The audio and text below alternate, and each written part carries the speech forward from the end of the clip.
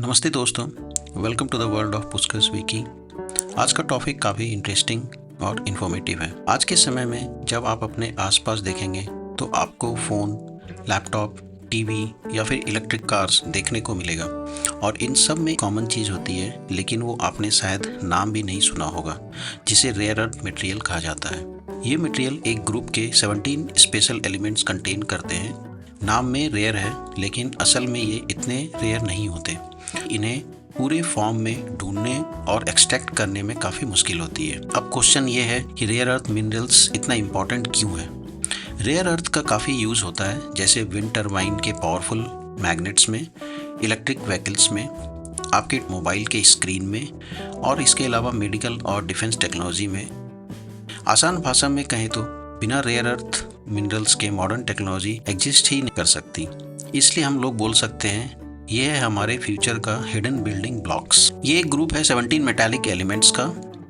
नाम में रेयर है, लेकिन ये ज़मीन में मिलते हैं, बस इन्हें एक्सट्रैक्ट करना काफ़ी मुश्किल होता है। इन्हें एक्सट्रैक्ट करना कॉम्प्लेक्स, महंगा और इन्वायरमेंट के लिए चैलेंजिंग होता है। हर एक का अपना स्पेशल काम है। कोई ईवी मोटर्स के मैग्नेट बनाते हैं तो कोई MRI मशीन को चलाते हैं, जो काफ़ी क्रिटिकल है मेडिकल साइंस और ह्यूमन ट्रीटमेंट के लिए। रेयर अर्थ मिनरल्स के बहुत सारे उपयोग हैं, जिसमें कुछ आप यहाँ पर देख सकते हैं।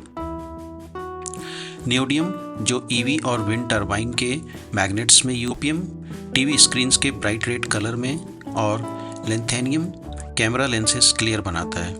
इनके बिना क्लीन एनर्जी, डिफेंस सिस्टम और एडवांस गैजेट सोचना भी मुश्किल है। कहाँ मिलते हैं ये रेयर मटेरियल्स? अब हम लोग ये जानते हैं रेयर मटेरियल्स कहाँ पाए जाते हैं। दुनिया के कई हिस्सों में रेयर अर्थ मिलते हैं, लेकिन प्रोडक्शन ज़्यादा कंसंट्रेटेड है। चाइना के लिए 60% से ज़्यादा ग्लोबल सप्लाई कंट्रोल करता है। US, ऑस्ट्रेलिया, म्यांमार और कनाडा भी मेजर प्लेयर हैं। इंडिया, वियतनाम, ब्राज़ील के पास काफ़ी रिजर्व है, लेकिन प्रोडक्शन अभी लो है। जैसे कि मैंने बताया, रेयर अर्थ मिनरल्स को एक्सट्रैक्ट करना काफ़ी कॉस्टली और कॉम्प्लिकेटेड होता है।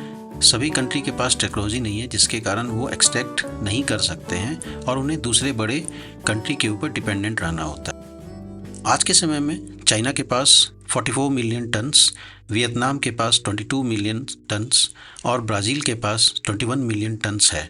रसिया के पास 10 मिलियंस और इंडिया के पास लगभग 6.9 मिलियन टन्स रिजर्व है, जो कि दुनिया में 5th लार्जेस्ट है। आजकल के समय में मैक्सिमम इक्विपमेंट और टेक्नोलॉजी रेयर अर्थ मिनरल्स के ऊपर डिपेंडेंट है। इसलिए आजकल के समय सभी बड़े कंट्री ये चाहते हैं कि उनका कंट्रोल रेयर अर्थ मिनरल्स पर हो, जिसके कारण वो दूसरे कंट्री पर डिपेंडेंट नहीं रहें और इकोनॉमिकली और डिफेंस में डेवलप कर सकें।